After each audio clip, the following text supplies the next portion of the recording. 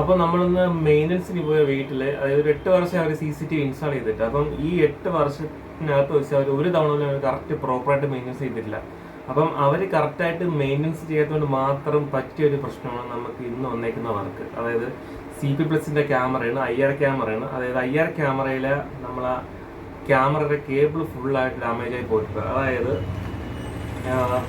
ഇത് വീഡിയോ കണക്ടറും ഇത് DC കണക്ടറുമാണ്. അപ്പം ഇതിൽ വെച്ചിരിക്കുന്ന BNC ഒരു ജാമായിട്ട് തുരുമ്പെടുത്ത് പോയിട്ടുണ്ട്. ഇതാണ് ഇപ്പോൾ ഇതിൻ്റെ അവസ്ഥ. നമുക്ക് ഈ കേബിൾ ഒന്ന് റീപ്ലേസ് ചെയ്യണം. അതാണ് നമുക്ക് ഇന്നത്തെ വർക്ക് വന്നിരിക്കുന്നത്. അതായത് നമ്മൾ CCTV ഇയർലി കറക്റ്റായിട്ട് പ്രോപ്പർ നമ്മൾ സർവീസ് ചെയ്തേക്കണം. ഇല്ലെങ്കിൽ നമുക്ക് വരുന്ന പ്രശ്നം നമ്മൾ പുതിയ ക്യാമറ നമ്മൾ ഇൻസ്റ്റാൾ ചെയ്ത് മാറ്റേണ്ടി വരും.